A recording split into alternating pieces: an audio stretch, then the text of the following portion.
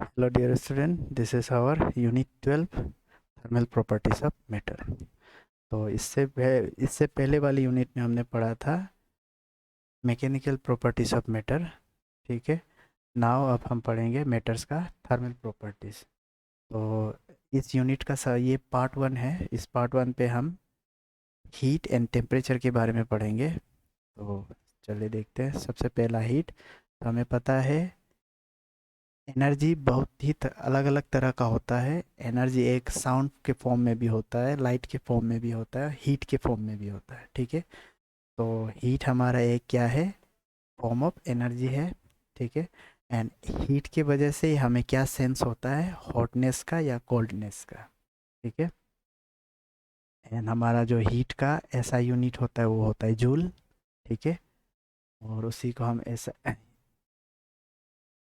CGS system में क्या लिखते हैं, कैलोरी। और हमारा जो कैलोरी होता है वो 4.2 टाइम्स ऑफ जूल होता है। Okay, then temperature. तो टेम्परेचर हमारा क्या होता है, degree of hotness and coldness. ठीक है, बॉडी का जो हमारा हॉटनेस का डिग्री है एंड कोल्डनेस का, वही हमारा क्या होता है, temperature. Okay, and according to kinetic theory of gases, ठीक है, जो हमारा temperature is a measured. Temperature को हम किससे मेजर करते हैं, टेम्परेचर का मैग्नीट्यूड को is a measured of average translational kinetic energy of A molecule. जो मॉलिक्यूल्स का काइनेटिक ट्रांसलेशनल काइनेटिक एनर्जी जो क्योंकि मॉलिक्यूल सिस्टम में क्या करता है, ट्रांसलेट करता है, मूव करता है। ठीक है, तो उनका जो इतने काइनेटिक एनर्जी से वो ट्रांसलेट करता है, वो काइनेटिक एनर्जी ही उनका क्या होता है, टेम्परेचर ऑफ मैग्नीट्यूड होता है। इसका मतलब है जितना ज़्यादा काइनेटिक एनर्जी होगा मॉलिक्यूल्स का, उतना ही ज़्यादा उनका टेम्परेचर भी होगा। ओके, एंड टेम्परेचर हमारा क्या होता है, स्केलर क्वांटिटी, और उसका एसआई यूनिट लिखते हैं हम, केल्विन। ओके, और डायमेंशन में हम लिखते हैं उनको, रिप्रेजेंट टेम्परेचर को करते हैं थीटा से। ओके, क्योंकि कैपिटल टी हमारा टाइम होता है, तो थीटा से हम टेम्परेचर को एक्सप्रेस करते हैं। Okay, and measurement of temperature. तो साइंस के ब्रांच में जो हम टेम्परेचर के बारे में, किसी भी सब्सटेंस का जो टेम्परेचर के बारे में, उसके जो टेम्परेचर के मेजरमेंट है उसके बारे में स्टडी करते हैं, दैट्स आवर, उस ब्रांच को हम क्या कहते हैं, थर्मोमेट्री। ओके, एंड हमें पता है थर्मोमीटर एक ऐसा डिवाइस है जिसमें से हम टेम्परेचर का मैग्नीट्यूड को मेजर करते हैं। ठीक है, और कुछ स्पेशल टाइप ऑफ थर्मोमीटर होता है, जैसे कि पायरोमीटर। ठीक है, वो बहुत ही हाई टेम्परेचर को मेजर करने के लिए यूज़ किया जाता है। Okay, then relationship between different scales of temperature. तो टेम्परेचर को एक्सप्रेस करने के लिए कई सारे साइंटिस्टों ने अलग अलग स्केल्स को इन्वेंट किया है। जैसे कि हमारा केल्विन होता है, सेल्सियस होता है, फ़ारेनहाइट होता है। ठीक है, और एक होता है र्यूमर्स। Okay, rumour scale. तो यहाँ पे कुछ रिलेशन दे रखा है सेल्सियस का। ठीक है, सेल्सियस, फ़ारेनहाइट एंड केल्विन का, और this is rumour scale. Okay, तो जनरली हम जो टेम्परेचर होता है उसको एक्सप्रेस करते हैं केल्विन में। ओके, तो ये हमारा एक ऐसा रिलेशन है जिसमें से हम केल्विन में, अगर हमको टेम्परेचर में दे रखा है, उस sorry temperature kelvin cells degree Celsius में दे रखा है, तो उसे हम केल्विन में कन्वर्ट करने के लिए ये वाला रिलेशन यूज़ करते हैं। ठीक है, तो सपोज अगर हमको में दिया गया है 35 डिग्री सेंटीग्रेड, इसे केल्विन में चेंज करना हो तो हम क्या करते हैं, 35 डिग्री सेंटीग्रेड को 273.16 से प्लस कर देते हैं, तो उनका जो रिजल्ट आएगा 33 कितने में आ जाएगा, वो केल्विन में आएगा। ठीक है, तो हमें पता है कि जो हमारा नॉर्मल ह्यूमन बॉडी का जो नॉर्मल टेम्परेचर होता है वो कितना होता है, 37 डिग्री सेल्सियस। ठीक है, सेल्सियस के स्केल में, और केल्विन के स्केल में करेंगे तो 37 को 273 से प्लस कर दीजिए, कितना हो जाएगा, 310.15 केल्विन। ओके, और फ़ारेनहाइट में कहेंगे तो 98.6 डिग्री फ़ारेनहाइट। ठीक है, एंड जो हम स्टैंडर्ड टेम्परेचर एंड प्रेशर, ठीक है, जो उसको लेते हैं उस वक्त हमारा जो टेम्परेचर हम मानते हैं किसी भी सिस्टम का, जो स्टैंडर्ड टेम्परेचर हम कैलकुलेशन के लिए यूज़ करते हैं उस वक्त यूजुअली हम 273.5 केल्विन यूज़ करते हैं। ओके, और 0 डिग्री सेंटीग्रेड या तो और यहाँ से लिख सकते हैं 32 डिग्री फ़ारेनहाइट। ठीक है, एंड इसके बाद टेम्परेचर, एक टाइप्स का टेम्परेचर होता है डेट इज़ एब्सोल्यूट टेम्परेचर। हम एब्सोल्यूट टेम्परेचर कब कहते हैं, जब किसी भी गैस, हम जो गैस सपोज करते हैं उस गैस का वॉल्यूम हम जीरो मान लेते हैं और प्रेशर भी जीरो मान लेते हैं। ठीक है, और इस कंडीशन पे जब वॉल्यूम जीरो होगा और प्रेशर जीरो होगा तो उस कंडीशन पे जो गैस है उसका जो मॉलिक्यूल्स है, उन मॉलिक्यूल्स का जो मोशन है वो भी टोटली क्या हो जाएगा, स्टॉप, टोटली जीरो हो जाएगा। तो उस कंडीशन पे हमारा जो टेम्परेचर होगा उसको, उसी को हम कहते हैं एब्सोल्यूट टेम्परेचर। वो हमें केल्विन ने कितना बताया है, केल्विन ने अपने स्केल से बताई है, सेल्सियस की डिग्री, सेल्सियस स्केल में बताया है कितना, -273.16 डिग्री सेल्सियस। ठीक है, केल्विन ने अपने न्यू स्केल ऑफ टेम्परेचर, ये न्यू स्केल से अपना एक नया स्केल उसने बनाया, जहाँ से, कहाँ से अपना स्टार्ट किया उसने, -273.16 डिग्री सेल्सियस से, जिसको हम क्या कहते हैं, 0 केल्विन भी कहते हैं। 0 केल्विन ही हमारा क्या होता है, एब्सोल्यूट टेम्परेचर होता है। तो केल्विन स्केल में जो इनिशियल, जो स्टार्टिंग स्केल होता है, डेट्स आवर एब्सोल्यूट टेम्परेचर। ठीक है, या तो आप इसे ऐसा भी याद रखते हैं, एक ऐसा कंडीशन जिसमें हमारा जो मॉलिक्यूल्स है, पार्टिकल्स है, उनका मोशन जीरो होता है, वॉल्यूम जीरो होता है एंड प्रेशर जीरो रहता है। ठीक है, तो उस केस में जो टेम्परेचर होगा that's our zero temperature, absolute zero temperature. ठीक है, then now ideal gas equation and absolute temperature. Ideal gas equation, हम किसी भी गैस को आइडियल गैस इक्वेशन तब कहते हैं जब ये इस इक्वेशन को वो फॉलो करते हैं। ठीक है, तो इस आइडियल गैस के लिए जो हम टेम्परेचर मानते हैं वो हमारा क्या होता है, एब्सोल्यूट टेम्परेचर को हम यहाँ पे कंसिडर करते हैं। तो ये जो रिलेशन होता है, इक्वेशन ऑफ गैस, ठीक है, P V equal to N R T. तो इसमें जो हम गैस को सपोज करते हैं वो हमारा कौन सा गैस होता है, आइडियल गैस होता है। तो इस इक्वेशन में हमारा जो P है it is pressure, V is volume, N is numbers of moles in a sample of gases. ठीक है, and R is universal gas constant जिनका वैल्यू दिया गया है 81.31 जूल पर मोल पर केल्विन। ठीक है, तो 1 डिग्री केल्विन में, 1 केल्विन में 1 मोल्स के लिए कितना जूल होता है, कितना एनर्जी होता है, 8.31। ठीक है, तो यही हमारा क्या होता है, this is ideal gas equation. तो इस गैस की इक्वेशन से कुछ लॉ बनाया गया है, 3 तरह का लॉ बनाया गया है। सबसे पहला है बॉयल्स लॉ। ठीक है, तो बॉयल्स लॉ ने अपने लॉ में क्या कहा है, जो टेम्परेचर होता है उनको अगर हम कांस्टेंट माने, ठीक है, टेम्परेचर को अगर हम कांस्टेंट माने तो हमारा जो प्रेशर होता है वो वॉल्यूम से इन्वर्सली रिलेट करेगा। ठीक है, ऐसे कंडीशन में अगर आप टेम्परेचर को कांस्टेंट रखते हो आइडियल गैस वाले केस में, ठीक है, तो आपका जो प्रेशर आप जितना ज़्यादा दोगे उतना उस गैस का वॉल्यूम डिक्रीज होता जाएगा। ठीक है, एंड उनका जो फिर ये पहला लॉ है। ठीक है, एंड दूसरा लॉ है चार्ल्स लॉ। फिर चार्ल्स लॉ अपने में क्या कहता है, अगर हम प्रेशर को कांस्टेंट माने, ठीक है, तो जो हमारा वॉल्यूम है वो हमारा डायरेक्टली प्रोपोर्शनल करेगा एब्सोल्यूट टेम्परेचर से। ठीक है, प्रेशर को हम कांस्टेंट रखें एंड हम क्या करेंगे, टेम्परेचर इंक्रीज करता जाए तो हमारा जो बॉडी गैसेस का जो वॉल्यूम है वो भी इंक्रीज करेगा। ठीक है, तो ये चार्ल्स लॉ ने अपने लॉ में कहा है। फिर थर्ड लॉ है हमारा एवागेड्रोस लॉ। ठीक है, जिसने कहा है कि जब pressure and temperature are kept in constant, okay, हमने क्या किया है, प्रेशर और टेम्परेचर को अभी कांस्टेंट माना है। ठीक है, तो उस केस में जो हमारा वॉल्यूम होता है वो डायरेक्टली प्रोपोर्शनल करता है numbers of moles of the ideal gas. किसी कंटेनर के अंदर कितने नंबर्स ऑफ मोल्स है, गैसेस का कितना मोल्स है, ठीक है, वो डायरेक्टली प्रोपोर्शनल करेगा हमारा वॉल्यूम से। इसका मतलब है हम वॉल्यूम जैसे जैसे बढ़ाएंगे या नंबर्स ऑफ मोल जैसे जैसे बढ़ाएंगे तो उनका वॉल्यूम भी बढ़ता जाएगा। ठीक है, तो ये लॉ किसने, इसके लॉ में कहा गया है, ये एवोगैड्रोस लॉ पे। ठीक है, जिसमें उसने कहा है कि टेम्परेचर एंड प्रेशर को कांस्टेंट मानेंगे। Then thermal expansion.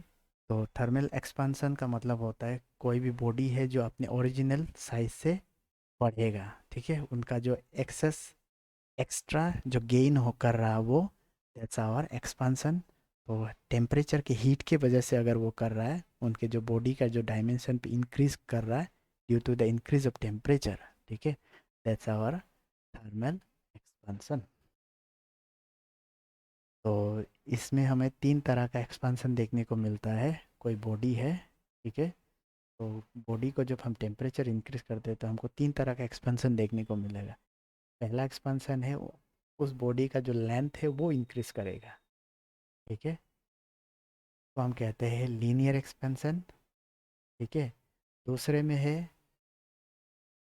जो उनका एरिया है, उस बॉडी का जो सरफेस एरिया है वो भी साथ में इंक्रीज करेगा, क्योंकि लेंथ इंक्रीज किया तो एरिया भी इंक्रीज होगा। ठीक है, तो वो हमारा होता है एरिया एक्सपांसन। ठीक है, तो एरिया एक्सपेंशन को हम सुपर स्पेशियल एक्सपेंशन भी कहते हैं, सुपरफिशियल। ओके, सुपरफिशियल एक्सपेंशन भी कहते हैं। एंड हमारा लेंथ इंक्रीज हो रहा है, एरिया इंक्रीज हो रहा है, तो ऑब्वियसली हमारा वॉल्यूम भी इंक्रीज करेगा।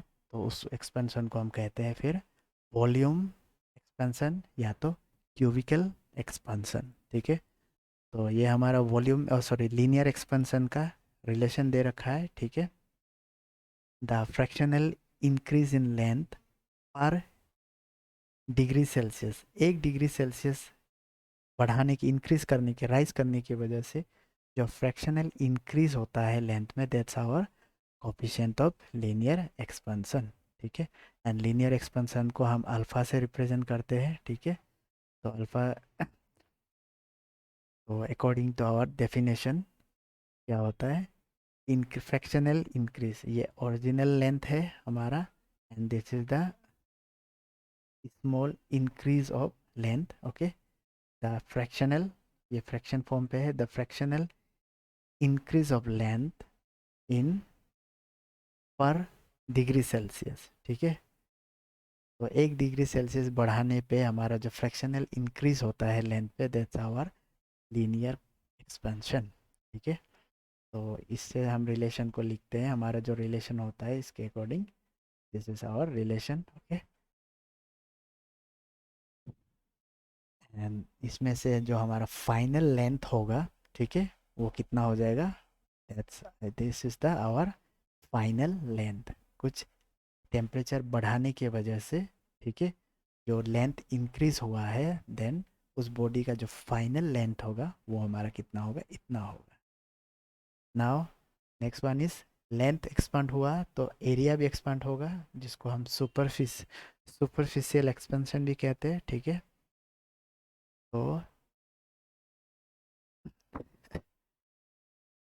डिग्री पर डिग्री सेल्सियस इंक्रीज करने की वजह से जो हमारा लेंथ पे इंक्रीज हुआ है, जिस वजह से हमारा एरिया पे भी इंक्रीज होगा। ठीक है, तो उसको हम क्या कहते हैं, उस एरिया को कोफिशिएंट ऑफ सुपरफिशियल एक्सपेंशन या तो एरिया एक्सपेंशन। ओके, एंड जो हमारा फाइनल एक्सपेंशन हो जाएगा वो उसका रिलेशन हो जाएगा ये, दिस इज ओके। एंड इनका जो कोफिशिएंट ऑफ सुपरफिशियल एक्सपेंशन है उसको हम बीटा से रिप्रेजेंट करते हैं, and this is our coefficient of areal expansion और superficial expansion, the fractional change original area to the small increase of the area, okay, with in small increase of temperature। okay, now length बढ़ा तो surface area बढ़ गया, surface area बढ़ने की वजह से हमारा जो वॉल्यूम है वो भी इंक्रीज करेगा, एक्सपांड करेगा। ठीक है, दैट्स आवर क्यूबिकल एक्सपांशन, और इतना अमाउंट उनका क्या हो जाएगा, वॉल्यूम इंक्रीज हो जाएगा, that is our final volume. Okay, after expansion, and volume expansion is represented by gamma, okay, and this is our volume expansion. Then relation between linear expansion, superficial expansion and cubical expansion, क्योंकि हमें पता है length expansion में linear length बढ़ेगा तो obviously area भी बढ़ेगा, length बढ़ेगा तो एरिया बढ़ेगा, और दोनों के बढ़ने की वजह से वॉल्यूम भी बढ़ता है, तो सभी एक दूसरे से रिलेटेड है, राइट। तो इनके लिए जो हम रिलेशन बनाते हैं तो इस तरह का बनता है, ठीक है। तो ये जब हम रिलेशन लिखते हैं तो हमारा जो रिलेशन आता है उसको रेशियो के फॉर्म में लिखेंगे तो इतना आता है। इसका ये मतलब हो गया अल्फ़ा का 1 टाइम्स अगर हम बढ़ाएंगे तो उस केस में जो हमारा बीटा होगा एरिया एक्सपेंशन होगा और 2 टाइम्स इंक्रीज करेगा, ठीक है। एंड जो हमारा वॉल्यूम एक्सपेंशन है वो कितना टाइम इंक्रीज हो जाएगा, 3 टाइम्स, ठीक है। तो इससे अगर हम सपोज मैं ये कहता हूँ कि हमने 2 टाइम्स लीनियर एक्सपेंशन किया है तो इसका मतलब एरिया पे कितना एक्सपेंड होगा, 4 टाइम्स हो जाएगा, क्योंकि 2 टाइम्स ज़्यादा होना चाहिए लीनियर एक्सपेंशन से, ठीक है। एंड वॉल्यूम पे कितना होगा, 3 टाइम्स ज़्यादा होना चाहिए, इसका मतलब वॉल्यूम पे कितना हो जाएगा, 6 टाइम्स इंक्रीज हो जाएगा, राइट। तो ये हमारा रिलेशन है किसके बीच के, linear expansion, areal expansion and volume expansion, okay. Now कुछ एप्लीकेशन है थर्मल एक्सपेंशन के वजह से इन सॉलिड बॉडी में, हमारे सॉलिड बॉडी में कुछ थर्मल एक्सपेंशन के वजह से कुछ एप्लीकेशन जैसे कि बाईमेटेलिक स्ट्रिप, ठीक है। बाईमेटेलिक स्ट्रिप, तो बाई मतलब 2 हो गया, कोई मेटल है इस तरह का, तो इस तरह का स्ट्रिप्स है, ठीक है। दोनों को हमने इस तरह से कंबाइन करके रखा है, ठीक है। एंड एक्सपेंशन, उनको हीट दिया हमने, टेम्परेचर गेन किया, तो इसके वजह से क्या होता है, ये एक्सपांड करना स्टार्ट करेगा, ठीक है। तो सपोज हमने क्या किया है, इनको बॉडी को यूनिफॉर्मली हीटेड, हमने हर पूरे बॉडी में यूनिफॉर्मली हीटेड किया है, तो ये जो अभी स्ट्रेट लाइन जो दिख रहा है वो एक्सपांड होने की वजह से क्या हो जाएगा, कर्व की ओर, कर्व शेप में कन्वर्ट हो जाएगा, ठीक है, इस शेप में कन्वर्ट हो जाएगा। तो इनका जो आउटर स्पेस होगा आप देख सकते हो किस शेप का हो गया, कॉन्वेक्स साइट हो जाएगा, ठीक है, कॉन्वेक्स शेप का हो गया, ठीक है। तो इस एक आर्क की तरह बन गया, ठीक है। कोई कर्व का पार्ट है तो ये आर्क की तरह दिखेगा, तो इस आर्क के लिए जब हम उस रेडियस निकालते तो this is the relation, okay. Now thermal stress in rigidity of fix rod, ठीक है। अब उस फिक्स रॉड का जो थर्मल स्ट्रेस होगा, जैसे कि हमने इसको इस रॉड को फिक्स किया है साइड से, तो वो एक्सपांड होने की वजह से इस कर्व की शेप दिख रहा है, ठीक है। तो इसमें जो स्ट्रेस पड़ेगा वो कितना होगा, क्योंकि हमें जो स्ट्रेन है वो देखने को मिल रहा है, जो लेंथ है वो इंक्रीज हुआ है कितना अमाउंट पे, तो फाइनल तो माइनस इनिशियल को माइनस कर दीजिए, ठीक है। तो हमारा कितना आ जाएगा, दिस वन, ठीक है, alpha into T2 minus T1, that's means alpha is the linear expansion, इस आयरन रॉड का लीनियर एक्सपेंशन है, and T2 minus T1 is temperature difference, ठीक है। तो इससे जो हमारा थर्मल स्ट्रेस होगा that is just equal to the linear expansion, product of linear expansion and temperature difference, ठीक है। तो स्ट्रेन के हेल्प से हमें स्ट्रेस पता चल जाएगा, स्ट्रेस हमें सॉलिड बॉडी है तो उनके लिए हम योंग मॉडुलस के लिए लीनियर के लिए निकाल रहे हैं, ठीक है, लीनियर एक्सपेंशन हो रहा है तो योंग मॉडुलस ले सकते हैं, योंग मॉडुलस पे हमें क्या मिल जाएगा रिलेशन स्ट्रेस के लिए, दिस वन, ओके। एंड जो हमारा स्ट्रेन है वो लीनियरली बढ़ रहा है तो हम उसको टेंसाइल स्ट्रेन भी कह सकते हैं, दैट इज ये क्या है हमारा alpha linear expansion, product of linear expansion and temperature difference, okay. And thermal stress हमारा हो जाएगा multiply by Yong modulus, okay. Thermal linear expansion and temperature difference के साथ हम क्या को मल्टीप्लाई कर देंगे, योंग मॉडुलस को, ठीक है। एंड हमारा अगर ये तो हमने लीनियर केस पे लिया, अगर हम वॉल्यूम वाले केस में लेंगे तो क्या करेंगे, surface sorry areal expansion multiply temperature difference into volume के लिए क्या होता था हमारा सॉलिड वाले केस में बल्क मॉडुलस, राइट। वॉल्यूम के लिए हो गया, तो ये वॉल्यूम के लिए हो गया, ठीक है।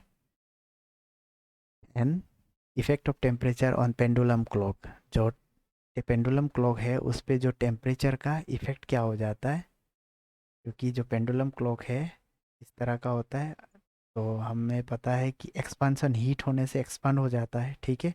तो एक्सपांड होने की वजह से इनका जो लेन इंक्रीज करेगा, तो लेन इंक्रीज होने की वजह टेम्परेचर के जो डिफरेंस है उसके वजह से जो हमारा टाइम डिफरेंस है उनका टाइम क्या हो जाएगा, हम कैसे कौन से रिलेशन से निकालते, इस रिलेशन से हम उसका टाइम निकालते हैं, ठीक है। इनिशियली उनका लेंथ एल था, बाद में टेम्परेचर गेन करने की वजह से लेंथ सपोज इंक्रीज हो गया, ठीक है। तो उस वक्त उनका टाइम पीरियड पे कितना चेंजेस आएगा उसको हम इस रिलेशन से निकाल सकते हैं। Now change in density with temperature, तो हमें पता है टेम्परेचर अगर हम इंक्रीज करवाते तो बॉडी अपना बॉडी कॉन्फ़िगरेशन चेंज करता है, ठीक है। कॉन्फ़िगरेशन चेंजेस में उनके जो डेंसिटी होता है उस पर भी चेंजेस आता है, ठीक है। तो डेंसिटी, क्योंकि हमें पता है कॉन्फ़िगरेशन का चेंज होना मतलब वॉल्यूम चेंज हो रहा है उनका, ठीक है। वॉल्यूम चेंज होने का मतलब हमारा डेंसिटी का रिलेशन होता है मास बाय वॉल्यूम, तो वॉल्यूम का चेंज होना मतलब डेंसिटी पे भी चेंजेस आना है, ठीक है। तो जब हम डेंसिटी वॉल्यूम निकालते तो जो चेंजेस इन वॉल्यूम होता है ये हमारा ये होता है, ठीक है। तो किसी तो हम देखते हैं उसके डेंसिटी में कितना चेंजेस आया है, ठीक है। तो किसी टेम्परेचर पे जो चेंजेस आता है that is the this amount of density will be change in if we put some temperature, okay। तो डी नॉट का मतलब होता है इनिशियल स्टेट पे उनका डेंसिटी कितना है, ठीक है। एंड टेम्परेचर हमने उनको हीट करने के बाद हमारा जो डेंसिटी पे जो चेंजेस आएगा वो कितना होता है, दिस अमाउंट पे, okay. Then expansion of liquid, तो जैसे हमारा जो सॉलिड होता है वो एक्सपांड करता है, ठीक इसी तरह जो हमारा लिक्विड होता है उसको भी जब हम हीट करते हैं तो उनमें भी हमें एक्सपांड देखने को मिलता है, ठीक है। लेकिन वो जो एक्सपांसन होता है वो एपरेंट एक्सपांसन होता है, एक्चुअल मतलब रियल पे नहीं होता, ठीक है। वो बस हमें सपोज हमने किसी कंटेनर पे जो फ्लैक्स इनका वाल जो बहुत ही ये है, ठीक है। कह लीजिए कोई कंटेनर है जिनका जो वाल है बहुत ही सॉफ्ट, ये फ्लेक्सिबल है, ठीक है। लेकिन बहुत ही स्ट्रॉन्ग फोर्स ऑफ ये है इनका, इजीली ब्रेक नहीं हो सकता हो, ठीक है। फ्लेक्सिबल है एंड इजीली ब्रेक नहीं हो सकता, तो ऐसे वाले केस में हीट रेसिस्टेंस है, तो ऐसे में हम सपोज पानी वाटर को बॉईल करेंगे, ठीक है। तो ये जो शेप है फ्लेक्सिबल होने की वजह से इनका इस तरह का शेप हो जाएगा हीट करने की वजह से, ठीक है। स्टार्टिंग में देखिए सिलेंड्रिकल शेप का था, लेकिन हीट करते वक्त जो वाटर बॉईल करते वक्त क्या होगा, इस तरह का शेप होगा, तो इसमें हमें लग रहा है एक्सपांसन हो रहा है, राइट। तो इसमें जो वाटर एक्चुअल जो वाटर का अमाउंट है उस पर कोई इंक्रीज या डिक्रीज नहीं हो रहा, वो इतना सेम अमाउंट पे ही रहेगा, ठीक है।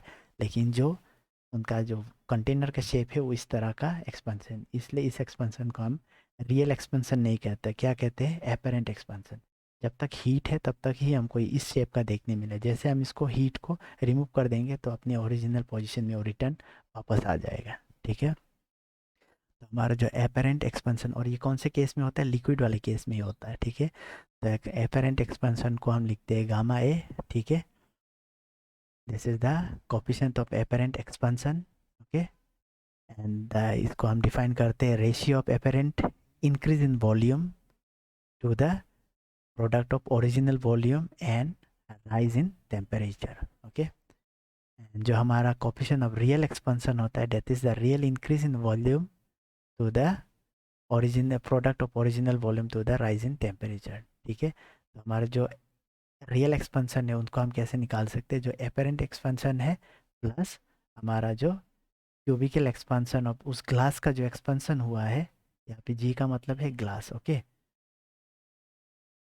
तो जो ग्लास है उनका जो एक्सपेंशन हुआ है, कंटेनर जो ग्लास मटेरियल से बना हुआ है उनका जो एक्सपेंशन, उन दोनों के एक्सपेंशन से हम सम अप करके क्या निकालते हैं, real expansion volume of the container, okay. Now anomalous expansion of water, anomalous का मतलब हो गया इस यहाँ पे कंटिन्यूअस नहीं है, यूनिफॉर्म नहीं है, ठीक है। तो जैसे लिक्विड जो हमारा होता है उनको हम जब हीट करते हैं 0 डिग्री से लेके 4 डिग्री तक, जब तक हम हीट करते हैं तो वो यूनिफॉर्मली चेंजेस दे, उस वहाँ पे हमें यूनिफॉर्मली चेंजेस देखने मिलता है। जैसे कि वॉल्यूम हमारा क्या होगा, 0 डिग्री से लेके 4 डिग्री तक हम वो जब हीट अप करेंगे तो उस लिक्विड का जो वॉल्यूम होगा वो डिक्रीज होगा। वॉल्यूम का डिक्रीज होने का मतलब है, वॉल्यूम का डिक्रीज होने का मतलब है डेंसिटी में इंक्रीज होना, ठीक है। तो 0 से 4 डिग्री तक वॉल्यूम कंटिन्यू डिक्रीज रहेगा एंड डेंसिटी कंटिन्यू उतने अमाउंट में इंक्रीज रहेगा, ठीक है। लेकिन आफ्टर 4 डिग्री, 4 डिग्री के बाद आप जैसे ज़्यादा टेम्परेचर बढ़ा दोगे तो हमारा जो डेंसिटी है वो मैक्सिमम हो जाएगा, ठीक है। यानी कि 4 डिग्री के बाद आप टेम्परेचर जैसे भी बढ़ाओगे आपका जो डेंसिटी है वो इंक्रीज नहीं करेगा, आप क्या करेगा, वो डिक्रीज करना स्टार्ट करेगा, ठीक है। तो इसी बिहेवियर को हम एनोमलस बिहेवियर कहते हैं, जो कि यूनिफॉर्म नहीं है, ठीक है। टेम्परेचर कंटिन्यू बढ़ाते वक्त 0 से 4 तक हम कंटिन्यू बढ़ाते वक्त डेंसिटी इंक्रीज कर रहा था, लेकिन 4 के बाद जैसे हमने कंटिन्यू इंक्रीज किया टेम्परेचर, हमारा टेम्परेचर ये डेंसिटी क्या होना स्टार्ट हो गया, अब डिक्रीज होना स्टार्ट हो गया, ठीक है। This behaviour is anomalous behaviour, ठीक है। और ये हमें कहाँ पे देखने को मिलता है, लिक्विड पे, जैसे कि वाटर पे, ओके। तो इस बिहेवियर को हम क्या कहते हैं, anomalous behaviour of water. Now specific heat capacity. तो स्पेसिफिक हीट कैपेसिटी क्या होता है, वो अमाउंट ऑफ हीट होता है, ठीक है। एक अमाउंट ऑफ हीट किसी भी यूनिट मास, किसी भी सब्सटेंस का यूनिट मास ले लीजिए, ठीक है। उनको 1 डिग्री या 1 केल्विन टेम्परेचर राइज करने के लिए, ठीक है, 1 डिग्री टेम्परेचर राइज करने के लिए उस यूनिट मास को, सपोज 1 kg, ठीक है, 1 kg मास को अपना टेम्परेचर इतना 1 यूनिट बढ़ाने के लिए कितना अमाउंट ऑफ एनर्जी चाहिए, उस अमाउंट ऑफ एनर्जी को ही हम क्या कहते हैं, स्पेसिफिक हीट कैपेसिटी। सपोज मान लीजिए 1 kg वाटर है, ठीक है। 1 kg वाटर, अभी सपोज उनका टेम्परेचर है 20 डिग्री सेल्सियस। तो अब 1 kg अमाउंट ऑफ वाटर को हम 21 डिग्री सेंटीग्रेड, इसका मतलब हम कितना बढ़ा रहे, 1 डिग्री, 1 डिग्री सेल्सियस बढ़ाने के लिए क्या करना होगा, हीट करना होगा। तो कितना अमाउंट ऑफ हीट उनको रिक्वायर्ड होगा 1 डिग्री बढ़ाने के लिए, 20 से 21 डिग्री सेल्सियस बनने के लिए उस 1 kg को जितना अमाउंट ऑफ हीट चाहिए, that's amount of heat is specific heat capacity, ठीक है। अब हमने 1 kg लिया है, अभी उसकी जगह हम अगर 1 ग्राम ले लें तो हम कहेंगे उसको ग्राम स्पेसिफिक हीट कैपेसिटी, ठीक है। एंड हीट कैपेसिटी का हमारा जो सीजीएस सिस्टम में हम इनको लिखते हैं कैलोरी पर ग्राम पर डिग्री सेल्सियस, और एसआई यूनिट में लिखते हैं जूल पर केजी पर केल्विन, ओके। और हमारा जो वाटर का स्पेसिफिक हीट होता है, इसका मतलब 1 सीजीएस सिस्टम में अगर हम कहें तो 1 calorie of water, 1 gram of water in to rise 1 degree Celsius, ठीक है, रिक्वायर्ड 1 कैलोरी। और उसको हम एसआई यूनिट में लिख देंगे तो कितना हो जाता है, 4200 जूल्स पर केजी पर केल्विन। तो 1 kg वाटर को अगर हम केल्विन के फॉर्म में कहें, स्टैंडर्ड यूनिट में कहें, तो 1 kg ऑफ वाटर को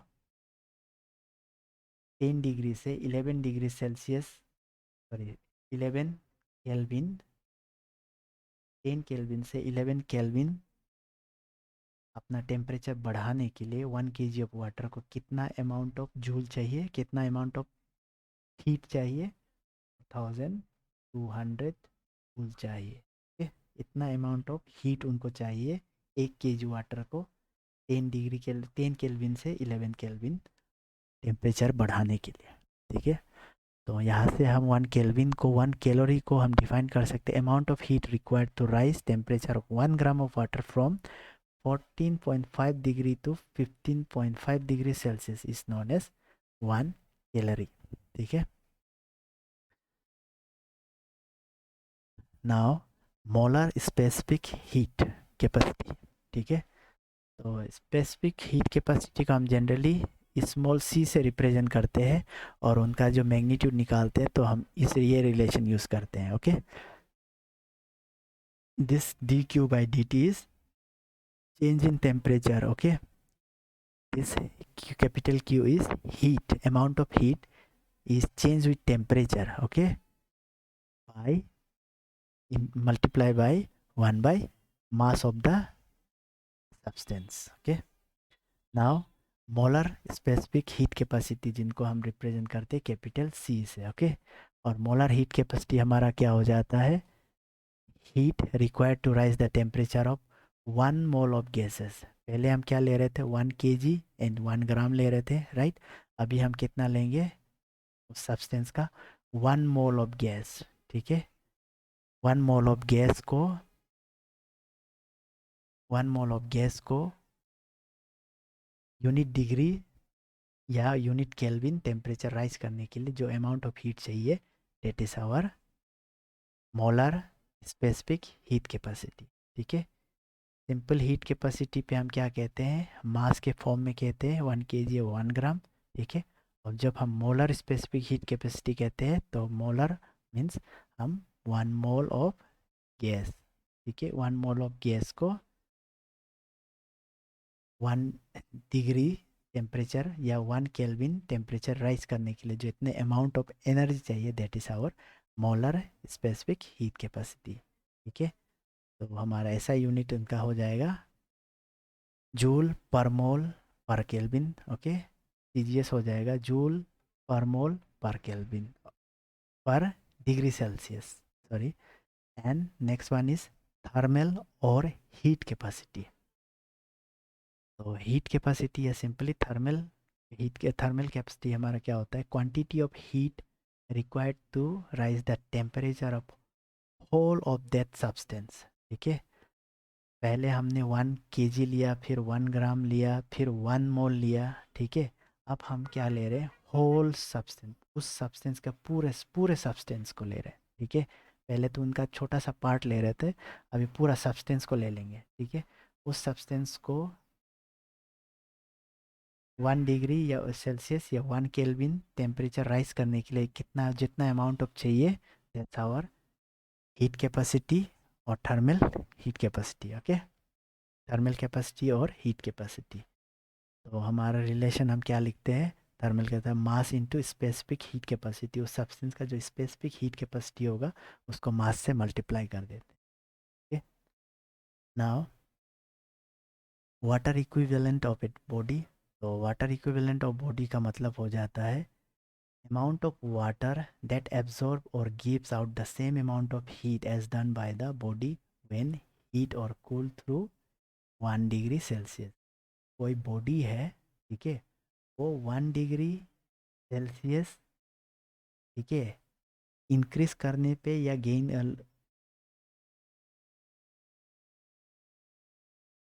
इनको बॉडी को हम 1 डिग्री सेल्सियस हीट कर रहे हैं या तो 1 डिग्री सेल्सियस डिक्रीज कर रहे हैं उनका टेम्परेचर को, उस वक्त जो अमाउंट ऑफ हीट लॉस करता है या गेन करता है, ठीक है, अगर वो अमाउंट ऑफ हीट सेम हमारा जो वाटर है, वो वाटर ने भी अपना same amount of heat absorb कर रहा है या तो वो रिमूव कर रहा है, रिलीज आउट कर रहा है, गिव आउट कर रहा है, ठीक है। तब हम क्या कहते हैं उस वाटर बॉडी को, water equivalent of a body, ठीक है। तो वाटर इक्विवेलेंट ऑफ बॉडी को हम निकालते हैं मास इनटू स्पेसिफिक हीट, जो हमारा थर्मल कैपेसिटी का जस्ट सेम न्यूमेरिकली हमारा जो थर्मल कैपेसिटी होता है same water equivalent of the body के बराबर होता है, ठीक है। तो वाटर इक्विवेलेंट के बॉडी उसको हम ऐसा यूनिट में लिखते हैं केजी एंड सीजीएस में ग्राम। ना कैलोरीमीटर, कैलोरीमीटर हमारा फिजिक्स का वो ब्रांच होता है जहाँ पे हम हीट का मेजरमेंट को स्टडी करते हैं, ठीक है, जिसमें हीट का मेजरमेंट को हम डील्स करते हैं, दैट्स आवर कैलोरीमेट्री, ओके। और जिस डिवाइस से हम हीट का मेजरमेंट करते हैं that device is calorimeter, okay. And principle of calorimeter को हम क्या कहते हैं, लॉ ऑफ मिक्सचर भी कहते हैं। इसमें हम क्या करते हैं, जैसे कि हम क्या करते हैं, गर्म पानी है तो गर्म पानी को हम डायरेक्ट नहीं पी सकते, हम क्या करते हैं उस पर ठंडा पानी मिलाते हैं, राइट। गर्म पानी सपोज़ 50 डिग्री सेल्सियस का है, ठीक है, तो हम डायरेक्ट नहीं पी सकते, तो उसमें हम ठंडा पानी मिलाते हैं, सपोज़ 20 डिग्री सेल्सियस मिला देंगे, ठीक है, तो इनका मिक्सचर हो गया। तो इसमें जो हीट लॉस करना है या हीट गेन करना है वो हमें कौन बताता है, प्रिंसिपल ऑफ कैलोरीमेट्री या तो लॉ ऑफ मिक्सचर, ठीक है। तो उसमें हीट कितना अमाउंट हीट गेन हो रहा है या तो कितने अमाउंट पे हीट लॉस हो रहा है, ठीक है, वो इस रिलेशन से हम निकालते हैं, ठीक है। तो ऑब्वियसली हम क्या करते हैं, अगर हमें गर्म पानी है उससे ठंडा कर रहा है मतलब हम हीट लॉस करवाते हैं यहाँ पे, ठीक है। एंड विंटर पे ठंडा पानी होता है, हम क्या मिला देते हैं उस पर, गर्म पानी मिला देते हैं, ठीक है। तो उस ठंडा पानी 20 डिग्री सेल्सियस का है, उस पर हम 40 डिग्री सेल्सियस वाली वाटर मिला देंगे तो गर्म हो जाएगा, ठीक है। तो वहाँ पे हम क्या कर रहे हैं, हीट एब्जॉर्ब हीट गेन करवा रहे हैं, और ये वाले केस में हीट लॉस करवा रहे हैं, ठीक है। तो जब हम देखते हैं जो हमारा वाटर होता है उनका जो हायर हायर टेम्परेचर होता है, सपोज जो वाटर है, फॉर एग्जांपल जैसे कि ये वाला एग्जांपल हम देख लेते हैं, जो पहला गर्म पानी है उनका पहला है 50 डिग्री सेल्सियस, ठीक है।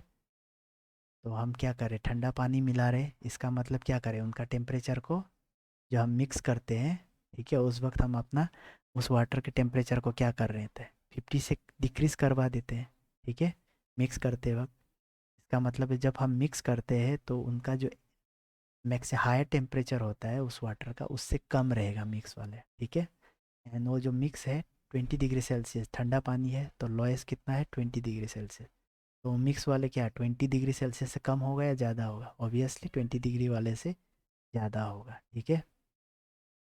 और यहाँ पे कम होगा, मिक्स वाला जो है 20 डिग्री लोएस्ट वाले से ज़्यादा होगा, तो ये लिखा है जो मिक्सचर ऑफ टेम्परेचर है वो हमेशा लोअर वाले टेम्परेचर से ज़्यादा या इक्वल हो सकता है, और हायर वाले टेम्परेचर से कम होगा या तो इक्वल हो सकता है।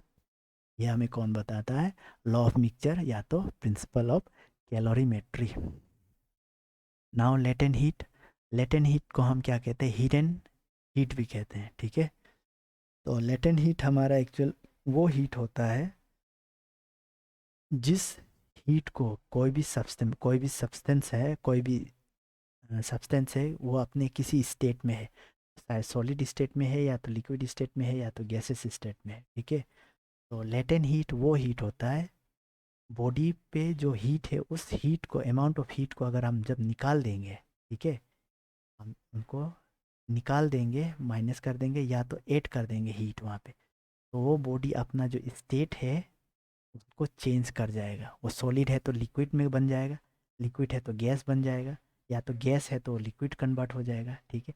वो अपना स्टेट जो है, स्टेट ऑफ मैटर है उसको चेंज कर देते हैं, ठीक है।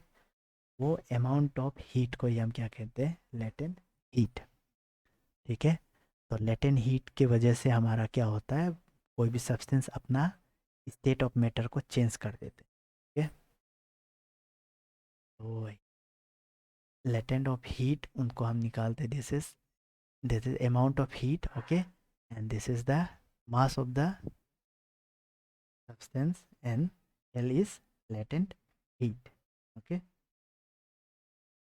तो कोई सॉलिड बॉडी है, सॉलिड सब्सटेंस है सपोज, ओके, तो उसमें से हम क्या करते हैं, सपोज कुछ अमाउंट ऑफ हीट दे देंगे, ठीक है, सॉलिड है, कुछ अमाउंट ऑफ हीट दे देंगे तो क्या में कन्वर्ट हो जाएगा, हीट करने पे वो मेल्ट होगा, यानी कि लिक्विड बन जाएगा। तो जितने अमाउंट ऑफ हीट हमने दिया है सॉलिड बॉडी का, that amount of heat is our latent heat, जिस वजह से सॉलिड जो है अपना बॉडी स्टेट चेंज कर दिया, क्या पे कन्वर्ट हो गया, लिक्विड पे, ठीक है। यहाँ पे क्या हो रहा है, हीट जो एब्जॉर्ब कर रहा है, सॉलिड बॉडी हीट एब्जॉर्ब किया, ठीक है, एंड वो मेल्टिंग मेल्टिंग पॉइंट होने की वजह से मेल्ट डाउन हुआ, लिक्विड स्टेट में चेंज बन, एंड अगेन हमसे फिर कुछ अमाउंट ऑफ हीट दिया लिक्विड स्टेट पे, लिक्विड स्टेट हीट एब्जॉर्ब करके क्या बन जाएगा, गैसेस स्टेट में, ठीक है। वो आप अगेन हमारा क्या हो जाएगा, लेटेंट हीट, वेपोराइजेशन हो गया उस लेटेंट हीट की वजह से, ठीक है। तो ये हो गया हमारा लेटेंट हीट जिसको हम हिडन हीट भी कहते हैं। ओके, नाउ ऐसा यूनिट लेटेंट हीट का होता है जूल पर केजी। ठीक है, पर यूनिट मास पे हम कितना एनर्जी दे रहे हैं। ठीक है, that's our latent heat. Now latent heat को हम टू टू टाइप्स में रखते हैं। एक होता है हमारा लेटेंट हीट ऑफ फ्यूजन और एक होता है लेटेंट हीट ऑफ वेपोराइजेशन। इसका मतलब है लेटेंट ऑफ फ्यूजन पे क्या होता है, वो फ्यूज कर जाता है। इसका मतलब क्वांटिटी ऑफ हीट, जनरली हम इसको क्या में मेजर करते हैं, किलो कैलोरी में। Okay, quantity of heat required to change 1 kg mass solid to liquid. ठीक है, कोई सॉलिड स्टेट का सब्सटेंस है और उनका मास कितना है, 1 kg का। 1 kg का कोई सॉलिड बॉडी है, उनको हम लिक्विड स्टेट में कन्वर्ट करने के लिए जितने अमाउंट ऑफ हीट हमें चाहिए होता है, that's our latent heat of fusion. हम क्या कर रहे हैं, फ्यूज करवा रहे हैं, फ्यूजन करवा रहे हैं, राइट। फ्यूजन की वजह से क्या हो रहा है, वो सॉलिड स्टेट से लिक्विड स्टेट में 1 kg मास जो solid 1 kg mass of solid body जो लिक्विड स्टेट में कन्वर्ट हो जाता है। ठीक है, और मेल्ट डाउन हो जाता है। एंड हमारा जो आइस का लेटेंट हीट होता है वो कितना होता है, 80 किलो कैलोरी पर केजी। ठीक है, अगर 1 kg आइस आप लोगे, कि 1 kg का आइस लोगे, तो उनको हमको कितना एनर्जी देना होगा मेल्ट करवाने के लिए लिक्विड में, 80 किलो कैलोरी। ठीक है, 80 kilo calorie amount of heat आपको देना होगा उस आइस को, ताकि वो लिक्विड में कन्वर्ट हो जाए। ठीक है, now next one is latent heat of vaporisation. तो यहाँ पे 1 kg ऑफ लिक्विड को, ठीक है, वेपोर स्टेट में कन्वर्ट करते हैं। ठीक है, तो वेपोर स्टेट में कब होता है, जब लिक्विड बॉयल होना स्टार्ट होता है। ठीक है, तो हमारा जो वाटर है, वाटर को हम जब बॉयल करते हैं, ठीक है, तो बॉयल करते वक्त वो बॉइलिंग होगा, बॉइलिंग पॉइंट पे आएगा, बॉयल होगा।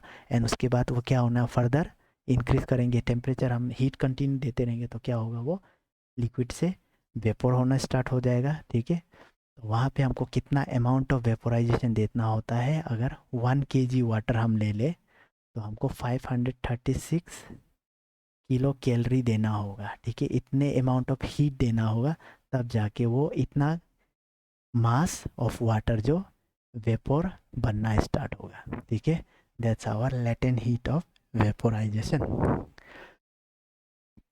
नाउ चेंजेस ऑफ स्टेट, तो हमें पता है जो स्टेट होता है किसी भी सब्सटेंस का, मैटर का, वो चेंज कब होता है। जैसे कि कोई सॉलिड है, लिक्विड हम कब करते हैं, हीट देंगे, तो वो हमारा होता है मेल्टिंग। ओके, मेल्टिंग पॉइंट पे जाकर वो सॉलिड कन्वर्ट होकर लिक्विड में बनना स्टार्ट होता है। और लिक्विड का अगर हम हीट क्या करेंगे, लिक्विड बॉडी में से हम हीट को रिलीज कर देंगे, हीट को रिमूव कर देंगे। ठीक है, तो हीट रिमूव कर देने की वजह से क्या हो जाएगा, ठंडा हो जाएगा। ठीक है, कूलिंग हो रहा है। ठीक है, हीट रिमूव करना मतलब ही कूलिंग प्रोसेस हो रहा है। ठीक है, फ्रीजिंग, तो वो क्या बन जाएगा, सॉलिड बन जाएगा। Okay, then condensation. कंडेंसेशन क्या होता है, जो वेपर स्टेट होता है, गैस होता है, उसको हम ठंडा कर देते हैं। ठंडा करने का मतलब हम हीट को क्या कर रहे हैं, वेपर के पास जो हीट है उस हीट को रिमूव करवा रहे हैं। ठीक है, तो रिमूव को हीट को रिमूव करवाने से वो ठंडा होगा। वेपर ठंडा होने के बाद क्या बन जाएगा, वो लिक्विड। और उस चेंजेस स्टेट को क्या कहते हैं, कंडेंसेशन। एंड एक होता है इवापोरेशन। इवापोरेशन पे हम क्या करते हैं, हीट लिक्विड पे क्या करते हैं, हीट देते हैं। ठीक है, तो वो लिक्विड जो हीट एब्जॉर्ब करता है, ठीक है, हीट एब्जॉर्ब करने की वजह से वो अपना हीट स्टेट चेंज करके क्या बन जाता है, गैसेस में, वेपोर स्टेट में बन जाता है। ओके, नाउ एक होता है दूसरा सब्लिमेशन। सब्लिमेशन पे हम क्या कर देते हैं, जो हमारा सॉलिड है, सॉलिड को हम डायरेक्ट गैस बना देते हैं। सपोज कोई आइस है, उसको इतना ज़्यादा हीट देंगे कि वो डायरेक्ट आई गैस बन जाए। ठीक है, उस लिक्विड स्टेट पे भी नहीं आएगा, वो सीधे लिक्विड स्टेट को ओवरटेक करते हुए गैसेस स्टेट में कन्वर्ट हो जाएगा। तो that process is sublimation. Okay,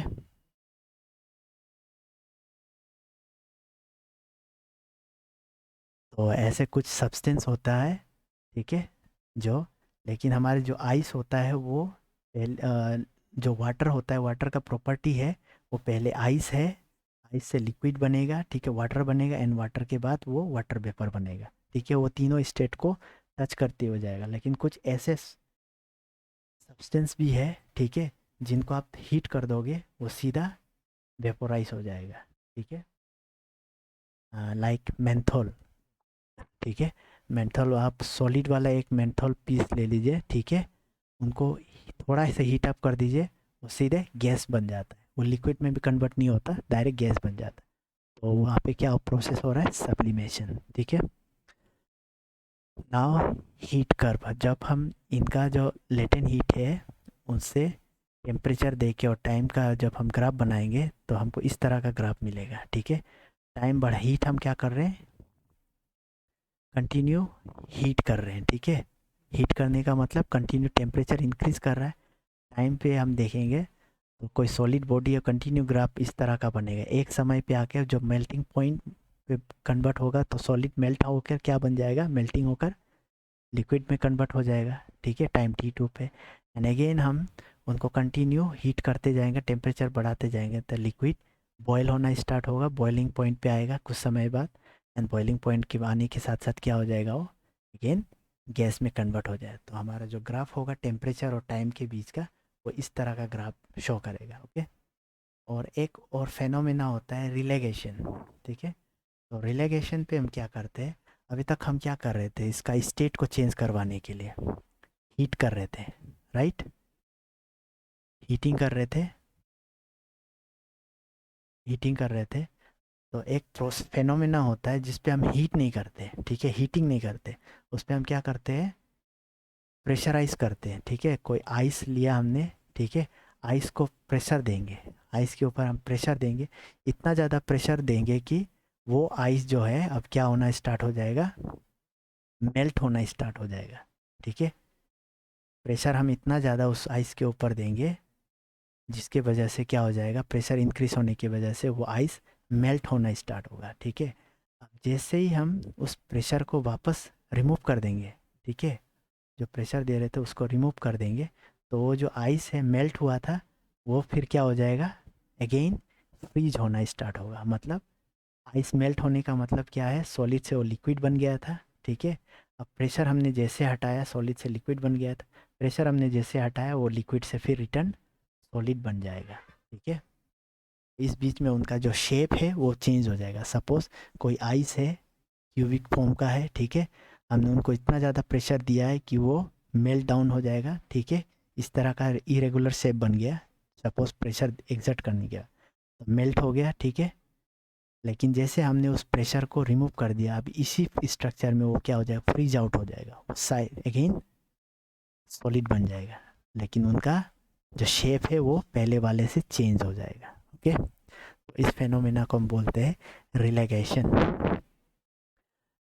तो यहाँ तक हमारा था हीट एंड टेम्परेचर के बारे में, ठीक है। तो ये हमारा पार्ट 1 हो गया। तो यहाँ पे हमारा पार्ट 1 के वीडियो को हम यहाँ पे स्टॉप करते हैं, ओके। Thank you.